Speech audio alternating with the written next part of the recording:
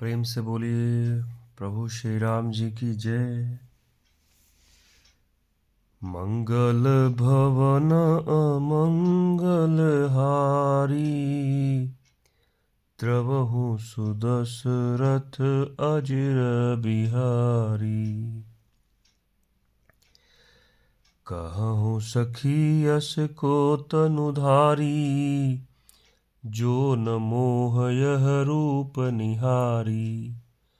को सप्रेम बोली मृदुबानी, जो मैं सुना सो सुनहु सयानी। हे सखी, कहो तो ऐसा कौन शरीरधारी होगा जो इस रूप को देखकर मोहित न हो जाए। कोई दूसरी सखी प्रेम सहित कोमल वाणी से बोली, हे सयानी, मैंने जो सुना है उसे सुनो। ए दो दशरथ के ढोड़ा, बाल मरालन के कल जोटा। मुनि कौशिक मख के रखवारे, जिन्हरन अजिर निशाचर मारे। ये दोनों राजकुमार महाराज दशरथ जी के पुत्र हैं। बाल राजहंसों का सा सुंदर जोड़ा है। ये मुनि विश्वामित्र के यज्ञ की रक्षा करने वाले हैं। इन्होंने युद्ध के मैदान में राक्षसों को मारा है। श्याम गात कल कंज बिलोचन, जो मारीच सुभुज मधुमोचन। कौशल्या सुत सो सुख खानी, नामु राम धनुषायक पानी। जिनका श्याम शरीर और सुंदर कमल जैसे नेत्र हैं, जो मारीच और सुबाहु के मद को चूर करने वाले और सुख की खान है, और जो हाथ में धनुष बाण लिए हुए हैं, वे कौशल्या जी के पुत्र हैं। इनका नाम राम है। गौर किशोर वे सुबर काछे, कर सर चाप राम के पाछे। लक्ष्मणु नाम राम लघु भ्राता, सुनु सखिता सुमित्रा माता। जिनका रंग गोरा और किशोर अवस्था है, और जो सुंदर वेश बनाए और हाथ में धनुष बाण लिए श्री राम जी के पीछे चल रहे हैं, वे इनके छोटे भाई हैं।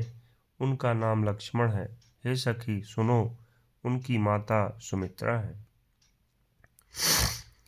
विप्र काजु करि बंधु दौ, मग मुनि बधुधारी। आए देखन चाप मख, सुनि हर्षि सब नारी। दोनों भाई ब्राह्मण विश्वामित्र का काम करके और रास्ते में मुनि गौतम की स्त्री अहल्या का उद्धार करके यहाँ धनुष यज्ञ देखने आए हैं। यह सुनकर सब स्त्रियां प्रसन्न हुई। देखी राम छवि को एक कही, जो गुजान कही यह बरु अहई। जो सखी इन्हीं देखी नर नाहु, पन परिहरि हठि करई विवाहु। श्री रामचंद्र जी की छवि देखकर कोई एक दूसरी सखी कहने लगी, यह वह जानकी की योग्य है। हे सखी, यदि कहीं राजा इन्हें देख लें तो प्रतिज्ञा छोड़कर हठपूर्वक इन्हीं से विवाह कर देगा। को कह ए भूपति पहिचाने, मुनि समेत सादर सन्माने। सखी परंतु पनुराउ न तजई, विधि बस हठि अविवेक ही भजई। किसी ने कहा, राजा ने इन्हें पहचान लिया है और मुनि के सहित इनका आदर पूर्वक सम्मान किया है, परंतु हे सखी, राजा अपना प्रण नहीं छोड़ता।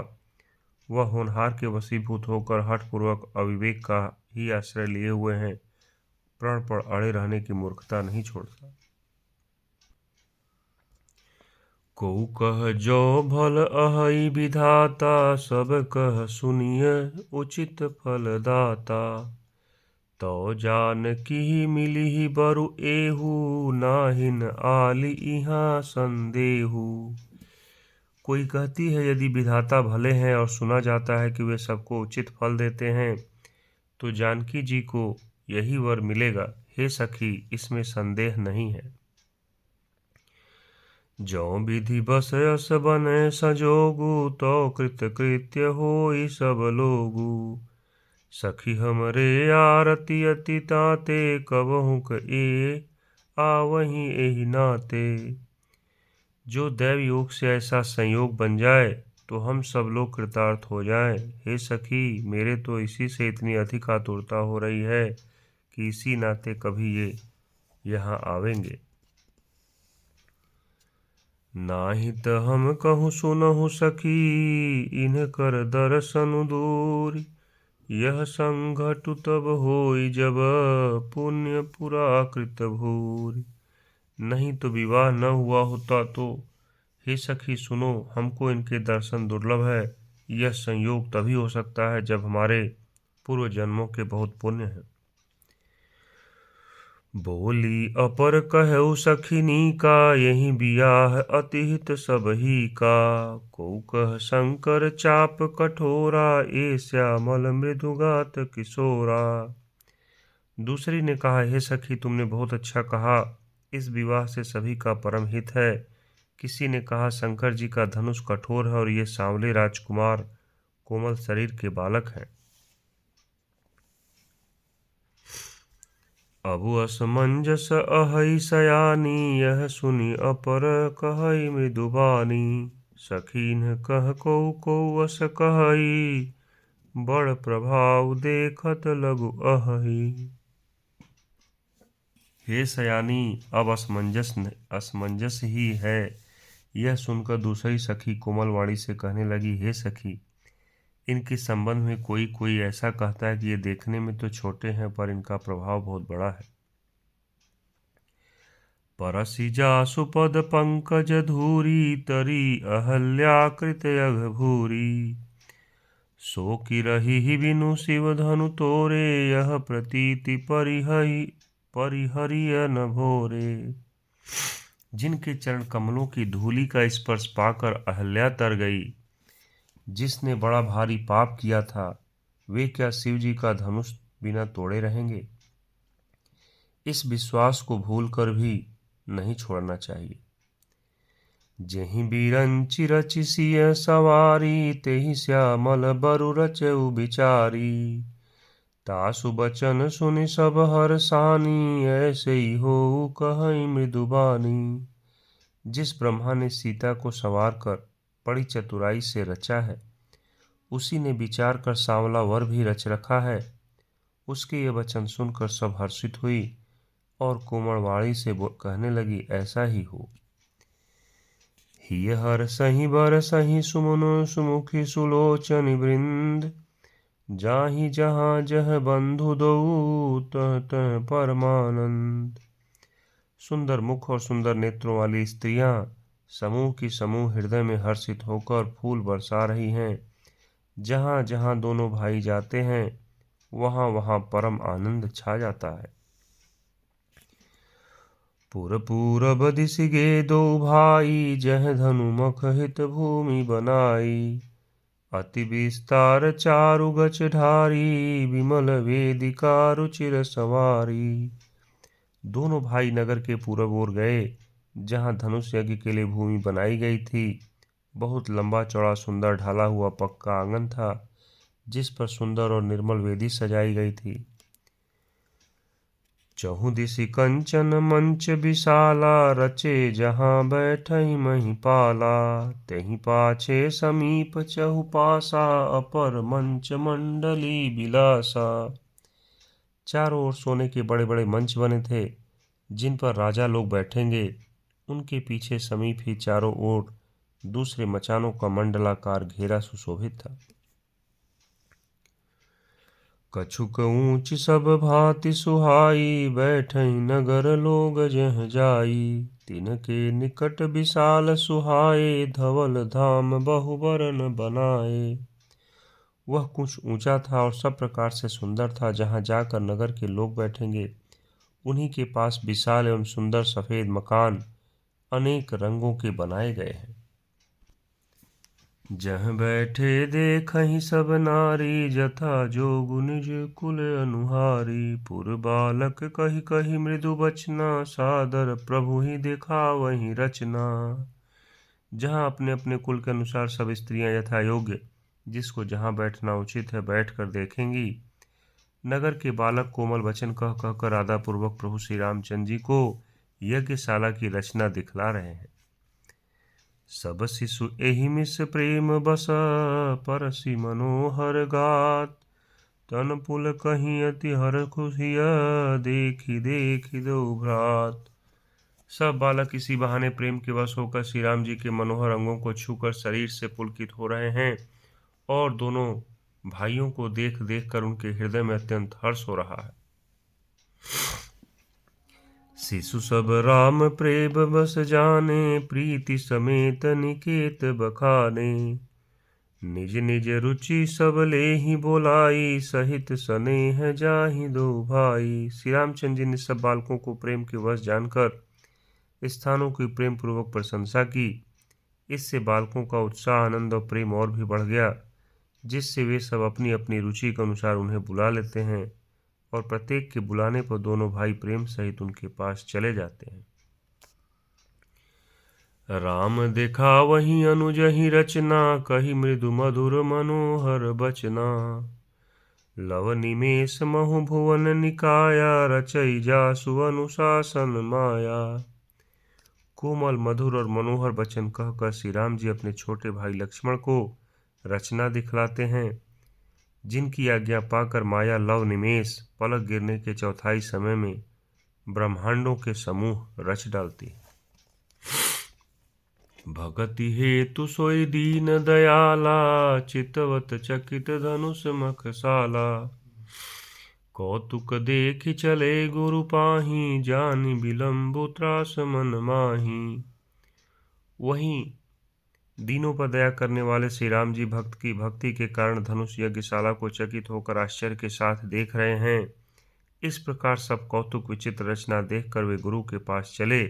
देर हुई जानकर उनके मन में डर है। जासु त्रास डर कहूँ डर होई, भजन प्रभाव देखावत सोई। कही बातें मृदु मधुर सुहाई, किए विदा बालक बरियाई। जिनके भय से डर को भी डर लगता है, वही प्रभु भजन का प्रभाव, जिसके कारण ऐसे महान प्रभु भी भय का नाट्य करते हैं, दिखला रहे हैं। उन्होंने कोमल मधुर और सुंदर बातें कहकर बालकों को जबरदस्ती विदा किया। सभय सप्रेम विनीत यति, सकुच सहित दो भाई। गुरुपद पंकज नाई, सिर बैठे आय सुपाई। फिर भय प्रेम विनय और बड़े संकोच के साथ दोनों भाई गुरु के चरण कमलों में सिर नवाकर आज्ञा पाकर बैठे। निशि प्रवेश मुनि आय सुदीन्हा, सबहि संध्या बंदनु कीन्हा। कहत कथा इतिहास पुरानी, रुचिर जर रजनी जुग जाम सिरानी। रात्रि का प्रवेश होते ही मुनि ने आज्ञा दी। तब सबने संध्या वंदन किया। फिर प्राचीन कथाएं तथा इतिहास कहते कहते सुंदर रात्रि दोपहर बीत गई। मुनिवर शयन कीन्हि तब जाई, चले लगे चरण चापन दो भाई। जिनके चरण सरोरुह लागी, करत विविध जप जोग विरागी। तब श्रेष्ठ मुनि ने जाकर शयन किया। दोनों भाई उनके चरण दबाने लगे। जिनके चरण कमलों के दर्शन स्पर्श के लिए वैराग्यवान पुरुष भी भांति भांति के जप और योग करते हैं। तेई दो बंधु प्रेम जनु जीते, गुरुपद कमल पर लोटत प्रीते। बार बार मुनि आज्ञा दीनी, रघुबर जाई शयन तब कीनी। वे ही दोनों भाई मानो प्रेम से जीते हुए प्रेम पूर्वक गुरु जी के चरण कमलों को दबा रहे हैं। मुनि ने बार बार आज्ञा दी, तब श्री रघुनाथ जी जाकर शयन किया। चापत चरण लखनूर लाए, सभय सप्रेम परम सचुपाए। पुनि पुनि प्रभु कह सोवतु ताता, पौढ़े धरिउर पद जल जाता। श्री राम जी के चरणों को हृदय से लगाकर भय और प्रेम सहित परम सुख का अनुभव करते हुए लक्ष्मण जी उनको दबा रहे हैं। प्रभु श्री रामचंद्र जी ने बार बार कहा, हे तात अब सो जाओ। तब वे उन चरण कमलों को हृदय से धर कर लेट रहे। उठे लखनु निशि विगत सुनी, अरुण शिखा धुनि कान। गुर ते पहिले ही जब गतपति, जागे राम सुजान। रात बीतने पर मुर्गे का शब्द कानों में सुनकर लक्ष्मण जी उठे। जगत के स्वामी सुजान श्री रामचंद्र जी भी गुरु से पहले ही जाग गए। सकल शौच करि जाई नहाए, नित्य निवाहि मुनि सिर नाए। समय जान गुर आय सुपाई, लीन प्रसून चले दो भाई।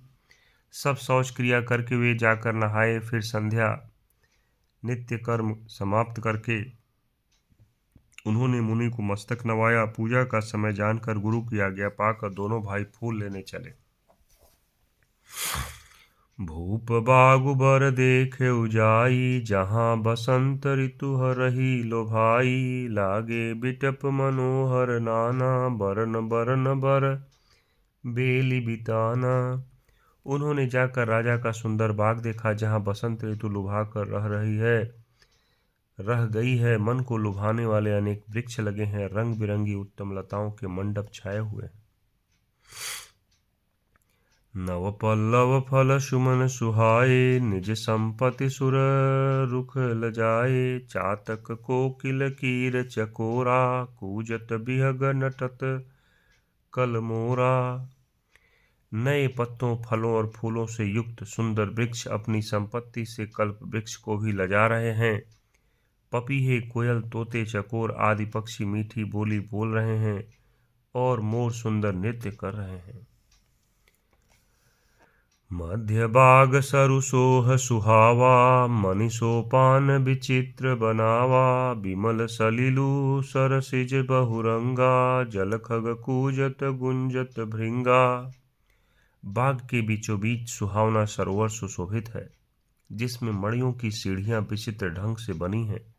उसका जल निर्मल है, जिसमें अनेक रंगों के कमल खिले हुए हैं। जल के पक्षी कलरव कर रहे हैं और भ्रमर गुंजार कर रहे हैं। बागु तड़ागु बिलो की प्रभु, हर से बंधु समेत। परम रम्य आरामु यहु, जो राम ही सुख देत। बाग और सरोवर को देखकर प्रभु श्री रामचंद्र जी भाई लक्ष्मण सहित हर्षित हुए। यह बाग वास्तव में परम रमणीय है, जो जगत को सुख देने वाले श्री रामचंद्र जी को सुख दे रहा है। चहुं दिसि चितई पूछी मालीगन, लगे लेन दल फूल मुदित मन। तेहि अवसर सीता तह आई, गिरिजा पूजन जननी पठाई। चारों ओर दृष्टि डालकर और मालियों से पूछकर वे प्रसन्न मन से पत्र पुष्प लेने लगे। उसी समय सीता जी वहां आई। माता ने उन्हें गिरिजा पार्वती जी की पूजा करने के लिए भेजा था। संग सखी सब सुभग सयानी, गावहीं गीत मनोहर बानी। सर समीप गिरिजा गृह सोहा, बरनि न जाई देखी मनु मोहा। साथ में सब सुंदरी और सयानी सखियां हैं, जो मनोहर वाणी से गीत गा रही हैं। सरोवर के पास गिरिजा जी का मंदिर सुशोभित है, जिसका वर्णन नहीं किया जा सकता। देखकर मन मोहित हो जाता है। मज्जनु करी सर सखिन समेता, गई मुदित मन गौरी निकेता। पूजा कीन्ही अधिक अनुरागा, निज अनुरूप सुभग बरु मागा। सखियों सहित सरोवर में स्नान करके सीता जी प्रसन्न मन से गिरिजा जी के मंदिर में गईं। उन्होंने बड़े प्रेम से पूजा की और अपने योग्य सुंदर वर मांगा। एक सखी सिय संगु बिहाई, गई रही देखन फुलवाई। तेहि दो बंधु बिलो के जाई, प्रेम विवश सीता पही आई। एक सखी सीता जी का साथ छोड़कर फुलवाड़ी देखने चली गई थी। उसने जाकर दोनों भाइयों को देखा और प्रेम में विह्वल होकर वह सीता जी के पास आई। तासु दशा देखी सखिन, पुलक गात जलु नैन। कहूँ कारणु निज हरस कर, पूछहि सब मृदु बैन। सखियों ने उनकी दशा देखी कि उसका शरीर पुलकित है और नेत्रों में जल भरा है। सब कोमल वाणी से पूछने लगी, अपनी प्रसन्नता का कारण बता। देखन बागु कुंवर दुई आए, बय किशोर सब भांति सुहाए। श्याम गौर किमि कहो बखानी, गिरा अनयन नयन बिनु पानी।